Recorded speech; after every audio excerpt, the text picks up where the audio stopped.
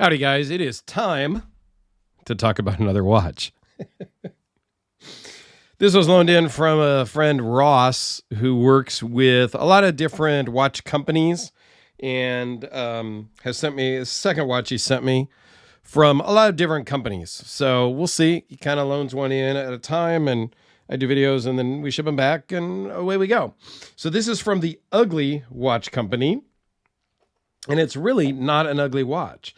It comes with a cool case. It's kind of a hard, softish, hard case that has a little foam pillow and would be great for traveling if you're just taking, say, two watches, right? The one on your wrist on your travels and one extra. You could put that in to the case.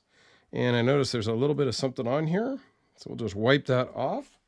And let's zoom in a little bit and talk about this ugly watch that actually is a really good looking dress sport watch. And we'll talk about all the specs here in just a second, but it has a mother of pearl dial. This particular one is blue. It comes in black, blue, pink, purple. Black, blue, pink, and purple. Yes. Mother of pearl. Applied indices, applied logo, date wheel, loom on everything, and we'll show you the loom here in just a minute. It's adequate loom. Okay, it's not some loom monster. It's not like a Seiko Tuna. It's not like the Breitling Super Ocean, but it's adequate. It's good loom. It does have a nice display case back to show the Seagull ST2130 movement, which is very comparable, from what I understand, to the ETA 2824 movement. 100-meter water resist, sapphire crystal and case back, solid end link Jubilee bracelet with screw adjustments, and 3 micro adjust on the clasp, milled out, fold over, and then stamped bits and pieces with a double pusher. I like this clasp. It's a very standard micro brand Seiko-ish clasp. I would argue that it has some advantages over the Breitling Super Ocean clasp, which I will pull out in just a minute because I brought it out for comparison. So before I get too far, let me show you on my 7¼ inch wrist. I did not size this, so it is big for me. But I already know that the Jubilee bracelet is super comfortable.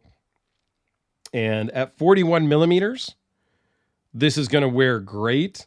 Very Seiko SKX-ish on the wear. And here it is next to an SKX case with the turtle guts that Random Rob built for me way back.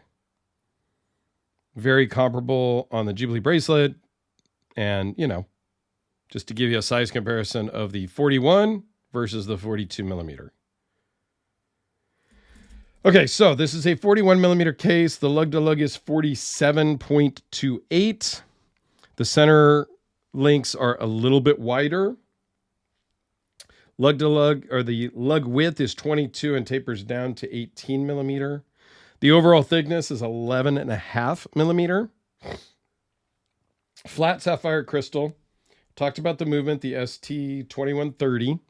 Weighs in at 5 ounces, and I totally did not do the math, so I don't know what the gram is on that, but it's the same exact weight as a D-cell battery. Okay? So it has a little bit of heft on the wrist, but not much. Like, you could wear this all day long and not have an issue.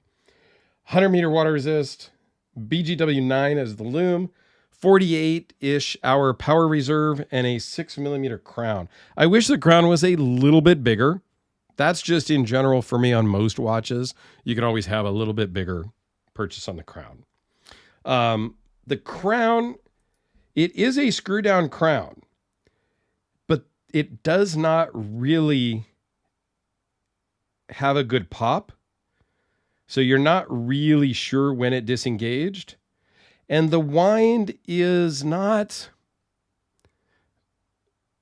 super smooth and satisfying. It's not gritty per se, but it's just eh. It's nothing to complain about, but it's nothing to write home about either, if that makes sense. Okay.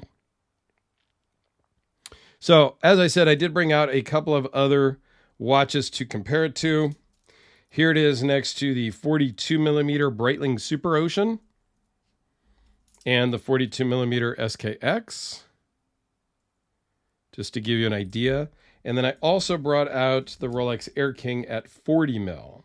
So you got 40, 41, and 42, just to give you some different looks so that you can kind of gauge where this might fit if you're interested in one of these ugly watches.